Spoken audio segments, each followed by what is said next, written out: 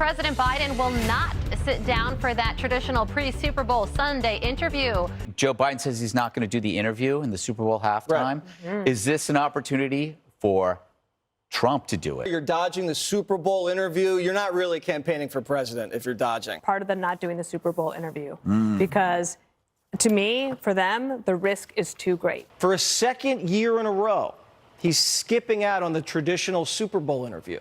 Maybe Kamala can do the Super Bowl interview with CBS.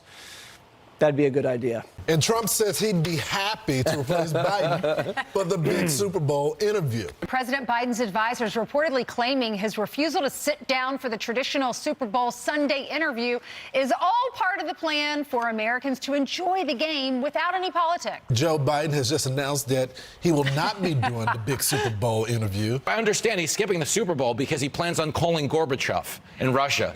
Trump says he'd be happy to replace Joe Biden during that Super Bowl interview after Biden declined. The reason why he's dodging the traditional Super Bowl interview. The liberal media is hammering Joe Biden for snubbing an audience of 100 million Americans and skipping the traditional Super Bowl interview for the second year in a row. But there's one president who would gladly do the Super Bowl interview.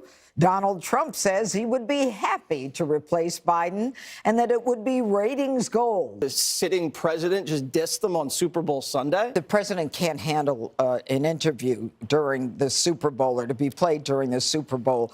What do you think he's saying or speaking to when he's talking to Xi Jinping or when he's talking to Putin? Or if This is the Super Bowl. Ideally, you have a relationship between the president, commander-in-chief, and the American people and voters. And it's like Joe not doing the Super Bowl interview sends a horrible message. He can't do simple interviews in the Super Bowl.